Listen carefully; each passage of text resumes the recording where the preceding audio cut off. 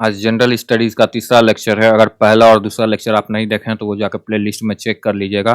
20 GST series में हम Bihar SSC CGL का पूरा सिलेबस कवर करेंगे। अगर आपको कोई डाउट होगा तो ये मेरा टेलीग्राम चैनल है, इस पे आप जाके अपना डाउट शेयर कीजिएगा, फोटो भेज दीजिएगा तो हम आपको सॉल्यूशन भेज देंगे। तो लेक्चर शुरू करते हैं आज का।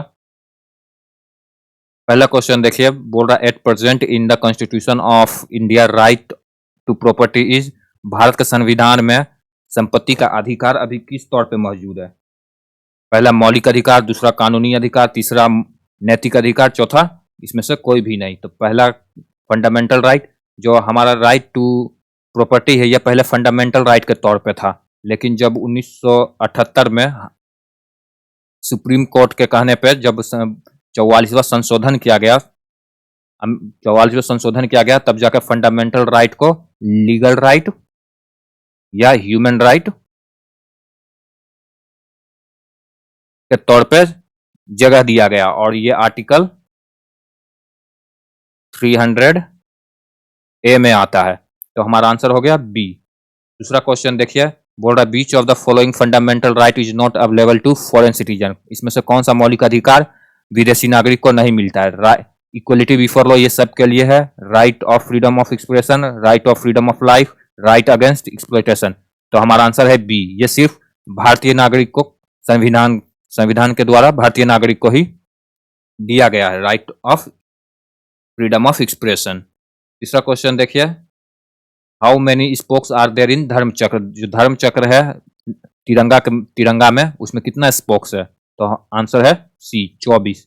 और हमारा जो धर्म चक्र है वो एडॉप्ट कब किया गया था? 22 जुलाई 1947, 22 जुलाई 1947 को एडॉप्ट किया गया था। और ये जो धर्म चक्र है, धर्म चक्र, इसका स्पोक्स जो है वो क्या रिप्रेजेंट करता है? एवरी स्पोक्स रिप्रेजेंट करता है प्रिंसिपल्स ऑफ लाइफ या 24 आवर्स, ये 24 घंटा या प्रिंसिपल ऑफ लाइफ रिप्रेजेंट करता है। और इसी धर्म चक्र को हम लोग क्या कहते हैं? व्हील ऑफ टाइम, समय का चक्र, इसको ये भी कहते हैं व्हील ऑफ टाइम। चौथा क्वेश्चन देखिए, which of the following is the national emblem of India. इसमें से कौन सा राष्ट्रीय चिन्ह है? तो हमारा राष्ट्रीय चिन्ह तो सब जगह देखेंगे, तो हमारा क्या हो जाएगा? A, the lion capital atop the Ashoka empire. Ashok का जो स्तंभ सिंह चतुर्भुज है वो हमारा नेशनल एम्बलम है। तो हमारा नेशनल एम्बलम कब एडॉप्ट किया गया था? नेशनल एम्बलम जो है हमारा राष्ट्रीय चिन्ह, वो 26 जनवरी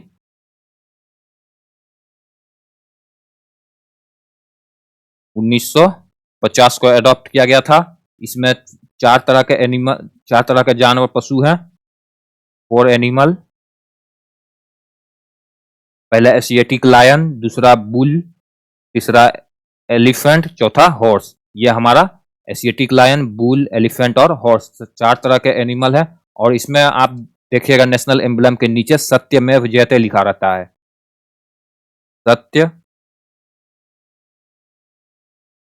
सत्यमेव जयते। और ये जो सत्यमेव जयते है वो किससे लिया गया है? मुंडको उपनिषद से लिया गया है। किससे लिया गया है?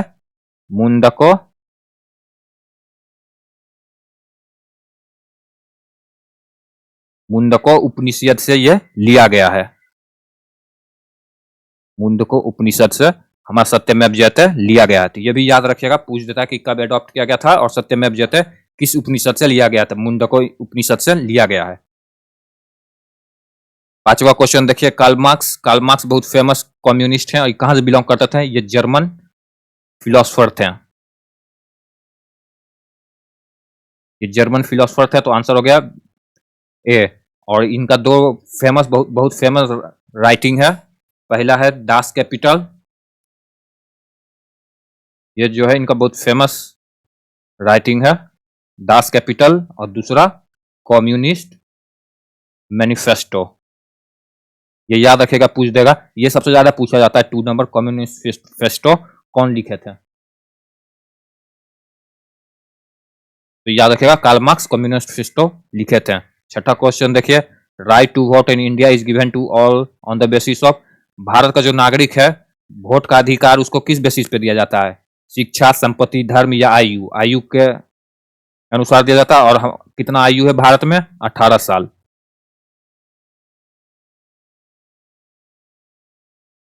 अगला क्वेश्चन देखिए, the first general election in India was held in, Bharat में पहला चुनाव कब आयोजित हुआ था?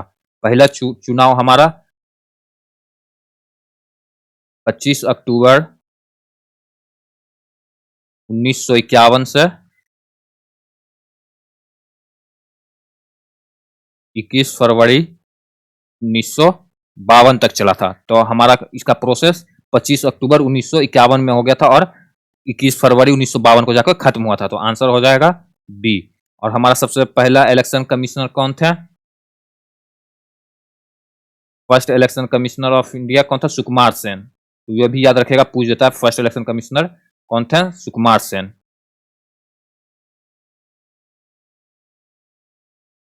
नेक्स्ट क्वेश्चन देखिए, which of the following constitutional amendment act was said to be mini constitution? कौन सा कॉन्स्टिट्यूशनल अमेंडमेंट है जिसको मिनी कॉन्स्टिट्यूशनल या मिनी संविधान कहते हैं? तो जो हमारा 42वां 1976 में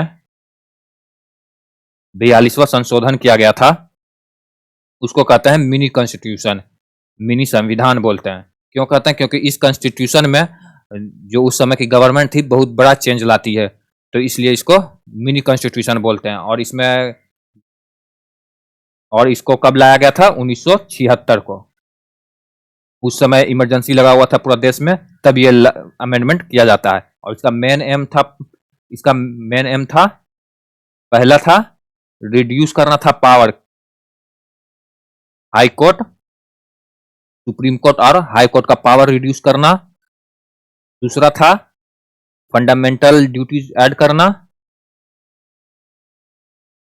ये याद रखेगा, इसका मेन एम क्या क्या था? 3 एम था। फंडामेंटल ड्यूटीज ऐड करना, और तीसरा था जो प्रियम्बल है हमारा कॉन्स्टिट्यूशन का उसमें सोशलिस्ट, इससे पहले ये शब्द नहीं था।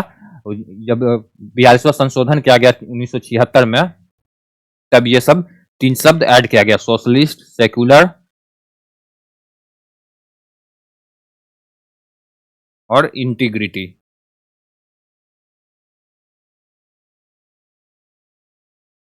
उस समय 1976 में और क्या था? हमारा इमरजेंसी लगा हुआ था, तब जाके यह संशोधन किया गया। उस समय प्राइम मिनिस्टर कौन थी? इंदिरा गांधी। ये भी याद रखिएगा, जब 42वां संशोधन किया गया था तो उस समय प्राइम मिनिस्टर इंदिरा गांधी थी। 9वां क्वेश्चन देखिए, the first session of the constitution assembly was held on, पहला जो संविधान सभा का पहला मीटिंग कब हुआ था? संविधान सभा का पहला मीटिंग 9 दिसंबर 1946 को दिल्ली में हुआ था। उस समय दिल्ली में हुआ था और इसमें हमारा कितना 211 मेंबर आए थे। जो कॉन्स्टिट्यूशन असेंबली के 211 मेंबर थे वो आए थे, और इसको जो मुस्लिम लीग था वो बाइकआउट कर दिए थे। जो मीटिंग था हमारा फर्स्ट कॉन्स्टिट्यूशन असेंबली, उसको मुस्लिम लोग बाइकआउट किए थे, मुस्लिम लीग वाले सब बाइकआउट कर दिए। तो हमारा आंसर हो गया 9 दिसंबर 1946, आंसर बी। 10वां क्वेश्चन देखिए, the Indian independent will received the royal assets on, जो हमारा भारतीय स्वतंत्रता विधेयक था उसको शाही सम्मति कब प्राप्त हुआ था? तो जो उस समय के थे लॉर्ड माउंटबेटन, वो लाए थे 18 जुलाई 1947। 18 जुलाई 1947 को ये बिल लाए थे, और इसी में था partition of India. Partition of India को 2 भाग में बांटना था, इंडिया और पाकिस्तान। जो ये बिल लाया गया था, इंडियन इंडिपेंडेंस बिल 18 जुलाई 1947 को, इसी में भारत का बंटवारा का भी लाया गया था बिल। और कौन लाया थे? Lord Mountbatten. Lord Mountbatten, याद रखिएगा, उस समय लॉर्ड माउंट बैटन थे गवर्नर जनरल। 11वां क्वेश्चन देखिए, who was the first non Gupta ruler? Gupta ruler में सबसे पहला कौन थे? श्रीगुप्ता, चंद्रगुप्त, घटोत्कच या कुमारगुप्त? तो श्रीगुप्त इसका फाउंडर थे, तो आंसर हो गया ए। बहुत जगह आपको फाउंडर रहेगा चंद्रगुप्त प्रथम, लेकिन हम चंद्रगुप्त प्रथम अगर ऑप्शन में श्रीगुप्त नहीं दिए हुए हैं तब टिक मारेंगे चंद्रगुप्त प्रथम में। अगर श्रीगुप्त हैं तो श्रीगुप्त ही इसका फाउंडर मेंबर है। और श्रीगुप्त के बाद कौन आए थे? पहले श्रीगुप्त थे, उनके बाद ये घटोत्कच आए, तब जाके हमारा चंद्रगुप्त प्रथम आए। और चंद्रगुप्त प्रथम कौन सा टाइटल इनको टाइटल मिला था? महाराज धीराज। ये याद रखेगा, ये पूछता है महाराज धीराज किनको मिला था?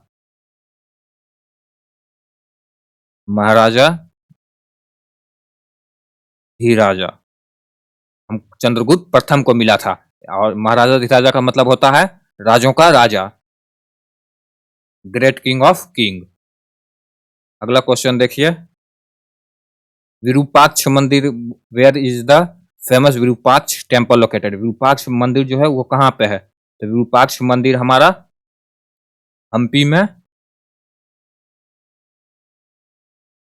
विजयनगर डिस्ट्रिक्ट, कर्नाटक के विजयनगर डिस्ट्रिक्ट में है। कर्नाटक के विजयनगर डिस्ट्रिक्ट। जब विजयनगर इंपायर के बारे में पढ़िएगा तब और अच्छा से इसका पता चलेगा। विजयनगर डिस्ट्रिक्ट, ये कर्नाटक का डिस्ट्रिक्ट है विजयनगर, इसी में है हम्पी में हमारा विरूपाक्ष टेम्पल। और विरूपाक्ष क्या है? और विरूपाक्ष टेम्पल किसका है? ये फॉर्म ऑफ भगवान शिव का ये एक फॉर्म है विरूपाक्ष। यह मंदिर उन्हीं पे है और ये यूनेस्को हेरिटेज साइट में भी इंक्लूडेड है। अगला क्वेश्चन देखिए, Amir Khusro played a pioneer role in the development of? Amir Khusro थे, इसमें से कौन सा भाषा को ज्यादा प्रोत्साहित किए थे? खड़ी बोली, अवधी, भोजपुरी, मैथिली? तो वो सबसे ज्यादा खड़ी बोली को प्रोत्साहित किए थे। और ये जो खड़ी बोली था उसमें ये जो लोकल उस समय का हिंदुस्तानी लैंग्वेज था, लोकल हिंदुस्तानी और पर्शियन लैंग्वेज मिला के यही बना खड़ी बोली बनाई। और जो ये भाषा बोलते थे अमीर खुसरो, उसको बोलते थे हिंदवाई, हिंदवाई। जो भाषा था वो था हिंदवाई। लोकल हिंदुस्तानी लैंग्वेज और पर्शियन लैंग्वेज मिलाकर बनाए थे हिंदवाई। अगला क्वेश्चन देखिए, the famous Kohinoor diamond was produced from one of the mines? जो हमारा फेमस कहनूर डायमंड है वो कौन सा माइन से प्रोड्यूस किया गया था? तो ये तेरहवा माना जाता है 13वीं सदी में गोलकोंडा जो फोर्ट है उसके पास ये मिला था, उसके माइंस में ये मिला था। तो आंसर हो गया गोलकोंडा। और कहनूर किस तरह का डायमंड है? कलरलेस और अभी ये कहाँ है कहनूर हीरा? यूनाइटेड किंगडम के जो महारानी है उनका जो क्रोन है उसी में लगा हुआ कहनूर हीरा। 15वां क्वेश्चन देखिए, Akbar held his religious decision in? Akbar अपना रिलीजियस जो डिस्कशन था वो कहाँ पे ऑर्गेनाइज करते थे? ये हर एक थर्सडे को ऑर्गेनाइज करते थे। जोधाबाई पैलेस, पंचमहल, इबादत खाना या बुलंद दरवाजा? तो ये फतेहपुर सीकरी में इबादत खाना है, वहीं पे ये करते थे। इबादत खाना का मतलब होता है houses of worship, houses of worship. और जब ये डिस्कशन चलता था तो इसमें सभी धर्म के जो प्रतिनिधि रहते थे वो आते थे, ब्राह्मण आते थे और जो मुस्लिम समुदाय से रहते थे वो आते थे, पर्शियन रहते थे, सब रहते थे। तो इनको जो इबादत खाना है यहाँ पे ये ऑर्गेनाइज करते थे। और इबादत खाना कब बनाया गया था? 1575 में। अगला क्वेश्चन देखिए, who is the father of modern economics? आधुनिक जो अर्थशास्त्र है उसके फादर किसे कहते हैं, जनक किसे कहते हैं? एडम स्मिथ, मार्शल, कैनिस या रॉबिन्सन? तो एडम स्मिथ को कहते हैं। और एडम स्मिथ को modern father of modern economics क्यों कहते हैं?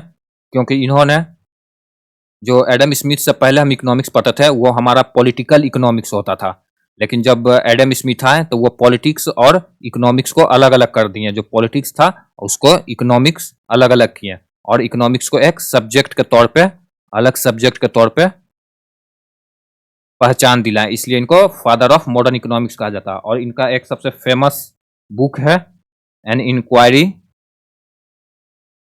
Into the nature and causes of the wealth of nation. ये बुक का नाम याद रखिएगा, इनटू द, इसको वेल्थ ऑफ नेशन के भी नाम से जाना जाता है किताब को। मोर फेमस ये वेल्थ ऑफ नेशंस है, लेकिन ये पूरा किताब का नाम है।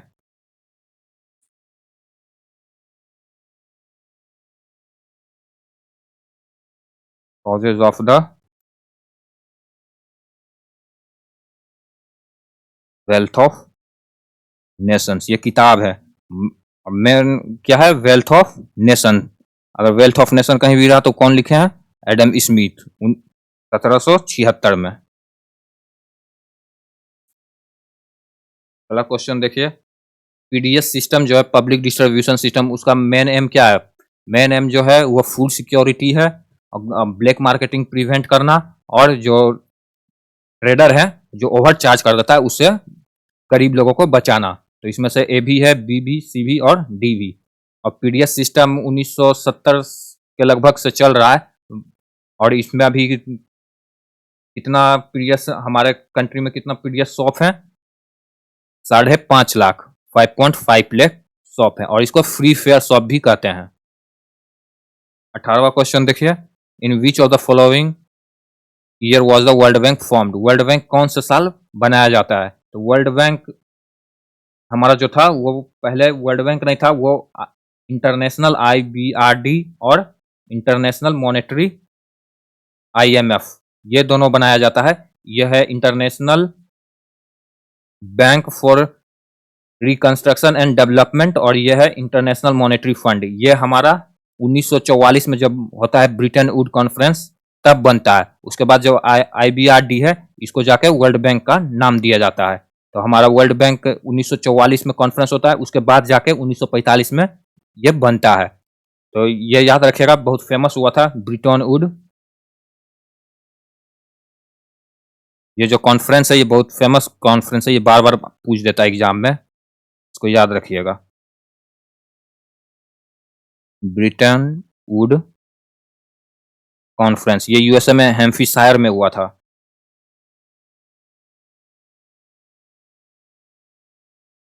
उन्नीस सौ 1944 में ब्रिटेन वुड कॉन्फ्रेंस हुआ था। एक होटल है अमेरिका में हैम्फीशायर में, वहीं पे ये ऑर्गेनाइज हुआ था। पहले इसको क्या बोलते थे, international bank for reconstruction and development. अब फिर जाके इसको वर्ल्ड बैंक के नाम से जाना जाता है अभी। और इसमें जो ब्रिटेन वुड कॉन्फ्रेंस था उसमें दो ऑर्गेनाइजेशन का फॉर्मेशन होता है, IMF और IBRD। अगला क्वेश्चन देखिए, the head office of the Asian development bank. Asian development bank का हेड ऑफिस का है मनाली, फिलीपींस में। एक मनीला जगह है फिलीपींस में।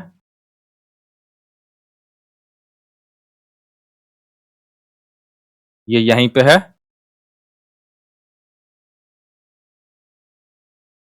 Manila, Philippines. और हमारा जो एशियन डेवलपमेंट बैंक है ये कब बनाया गया था?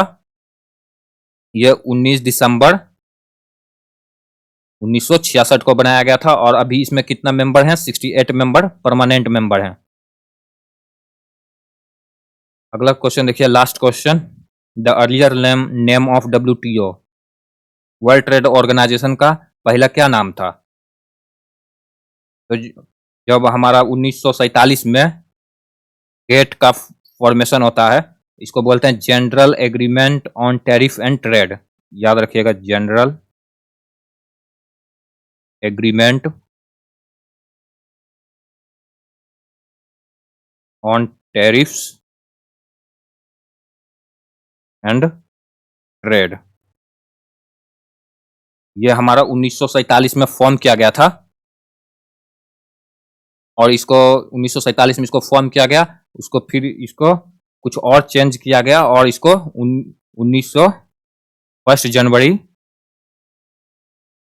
1995 को WTO के नाम दे दिया गया। जो गेट था उसको WTO का नाम दे दिया गया 1 जनवरी 1945। कुछ और चेंजेस लाके इसको वर्ल्ड ट्रेड ऑर्गेनाइजेशन का नाम दे दिया गया। तो पहले इसको कौन सा नाम जानते थे?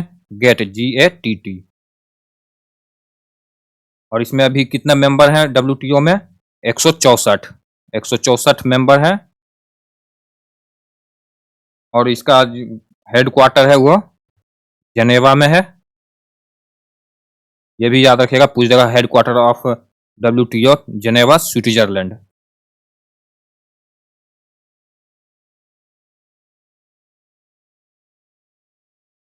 तो WTO हो गया आपका। अगर आपको कोई डाउट होगा तो हमारा टेलीग्राम चैनल है, इसको जाके ज्वाइन कर लीजिएगा और फोटो आप भेज दीजिएगा तो हम आपको उसका सॉल्यूशन भेज देंगे। और पहला और दूसरा लेक्चर नहीं देखे हैं तो जाके चेक कर लीजिएगा प्लेलिस्ट में। उसमें भी हम अलग अलग जो डिफरेंट एग्जाम आया है हुआ है उसका क्वेश्चन डिस्कस किए हैं। तो आज यही लेक्चर खत्म करते हैं। Thank you.